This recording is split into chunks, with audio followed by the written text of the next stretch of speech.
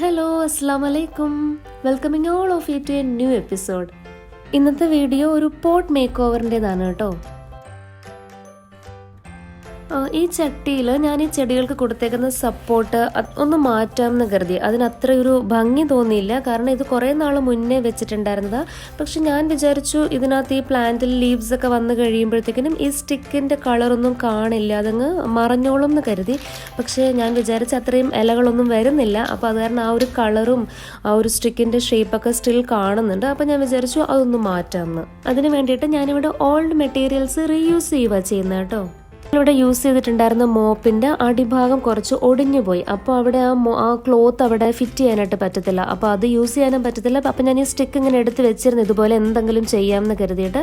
അപ്പോൾ ഞാൻ ഈ സ്റ്റിക്ക് യൂസ് ചെയ്യുന്നുണ്ട്. നമ്മുടെ കോട്ടൺ യാണില്ലേ, ഈ ചാക്കുനൂലെന്നൊക്കെ പറയുന്ന ആ ഒരു മെറ്റീരിയലിൻ്റെ അതിൻ്റെ കുറച്ചുകൂടെ കട്ടിയുള്ള ക്രാഫ്റ്റ് ഒക്കെ ചെയ്യാൻ വേണ്ടി കിട്ടുന്ന അതിൻ്റെ ഒരു റോൾ എടുക്കുന്നുണ്ട്.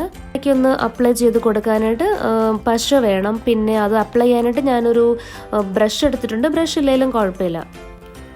ഈ ടീപ്പോയിലൊക്കെ വീഴാതിരിക്കാനായിട്ട് പശയൊക്കെ വരുമ്പോഴത്തേനും അത് പറ്റാതിരിക്കാനായിട്ട് ഞാനൊരു പേപ്പർ വരച്ച്, എന്നിട്ട് ഇത് വളരെ സിമ്പിളാണ്. ജസ്റ്റ് ഈ കോട്ടൺ യാൺ ഉണ്ടല്ലോ, അത് ഈ സ്റ്റിക്കിൽ ഇങ്ങനെ ചുറ്റി നല്ലതുപോലെ റോൾ ചെയ്ത് കൊടുത്താൽ മതി.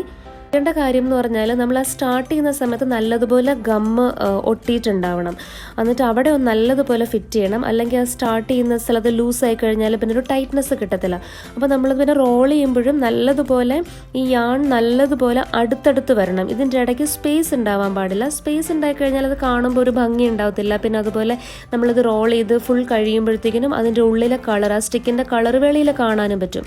ഞാനിപ്പോൾ ഇവിടെ ചെയ്യുന്നത് നമ്മളുടെ കോട്ടൺ യാൺ ഈ ഒരു ചാക്കുനൂലിൻ്റെ ഒക്കെ കളർ ഉണ്ടല്ലോ, അതുകൊണ്ട് തന്നെയാട്ടോ ചെയ്യുന്നത്. പക്ഷെ നമുക്ക് ഡിഫറെൻറ്റ് കളർ കിട്ടും. ഇതിനകത്ത് ഞാൻ നെക്സ്റ്റ് കാണിക്കുന്നത് ഞാനിവിടെ ഗ്രീൻ കളർ കൊണ്ട് ചെയ്യുന്നുണ്ട്. കാരണം ഞാൻ ആദ്യം ചെയ്തപ്പോഴത്തേക്കിനും എനിക്ക് ഈ ഇതായിരുന്നു എൻ്റെ അവൈലബിൾ ആയിട്ടുണ്ടായിരുന്നത്. പക്ഷേ കുറച്ച് കഴിഞ്ഞപ്പോഴത്തേനും എനിക്ക് ഗ്രീൻ കളർ തന്നെ കിട്ടി. അപ്പോൾ നമ്മളുടെ ലീഫിൻ്റെ കളർ തന്നെയായിരിക്കും. അപ്പോൾ അതിനകത്തേക്ക് നമ്മളുടെ ഈ ഇതുപോലെ കയറ്റി വിടുന്ന ചെടികളുണ്ടല്ലോ, അതിലേക്ക് കയറ്റി വിട്ടാൽ ഒട്ടും ആ ഒരു കളർ ഒരു സ്റ്റിക്ക് ഇങ്ങനെ ഇരിക്കുന്നതൊന്നും അറിയാനേ പറ്റത്തില്ല. കോട്ടൺ യാണ്ടത് നമുക്ക് ശരിക്കും കടയിലൊക്കെ അവൈലബിൾ ആയിട്ടുള്ളതാണ്. അത് നമ്മൾ വാങ്ങാൻ പറ്റുന്നതാണ്, ഇതുപോലെ മണി പ്ലാന്റ് ഒക്കെ കയറ്റി വിടാനായിട്ട്. അപ്പോൾ എന്താണെന്ന് വെച്ചാൽ അതിൻ്റെ സ്റ്റിക്കിന് കുറച്ചും കൂടെ വണ്ണം ഉണ്ടാവും. അതിൽ കയറായിരിക്കും കെട്ടി വെച്ചേക്കുന്നത്.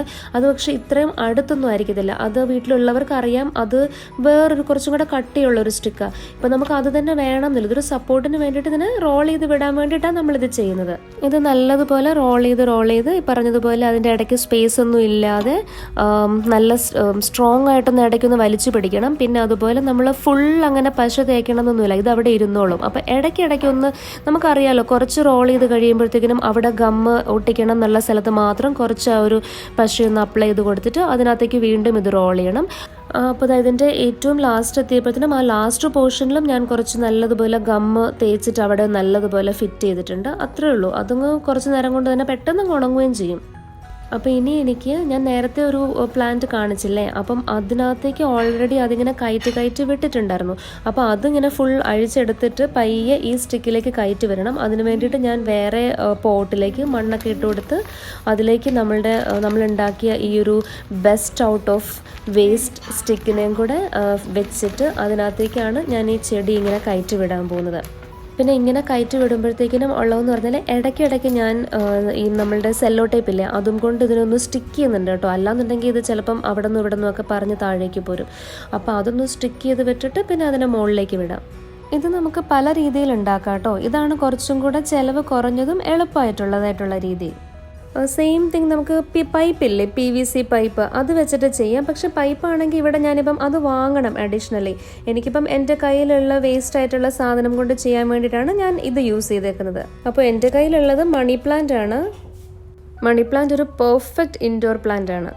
ഇവിടെ ഇതുപോലെ തന്നെ ഞാനൊരു ഗ്രീൻ കളറിലെയും അങ്ങനെ ചെയ്തിട്ടുണ്ട്. ഈ ഗ്രീൻ കളർ കിട്ടാനായിട്ട് കുറച്ച് ഡിഫിക്കൽട്ടാണ്. അത് കിട്ടുവാണെങ്കിൽ അത് ഒത്തിരി നല്ല കേട്ടോ. അതാകുമ്പോഴത്തേക്കിനും കുറച്ചും കൂടി ഒരു എലിഗൻറ്റ് ലുക്ക് ഉണ്ടാവും.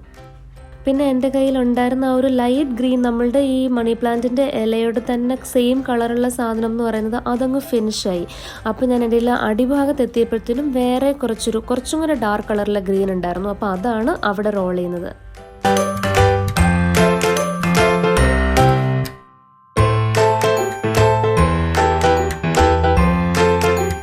അപ്പോൾ ഇതുപോലെ മോപ്പിൻ്റെ സ്റ്റിക്കൊക്കെ ഇരിപ്പുണ്ടെങ്കിൽ ട്രൈ ചെയ്ത് നോക്കാം. നമ്മൾക്ക് വേസ്റ്റ് ഐറ്റത്തിൽ നിന്ന് യൂസ്ഫുൾ ആയിട്ടുള്ള ഒരു ഐറ്റം ഉണ്ടാക്കിയെടുക്കാം.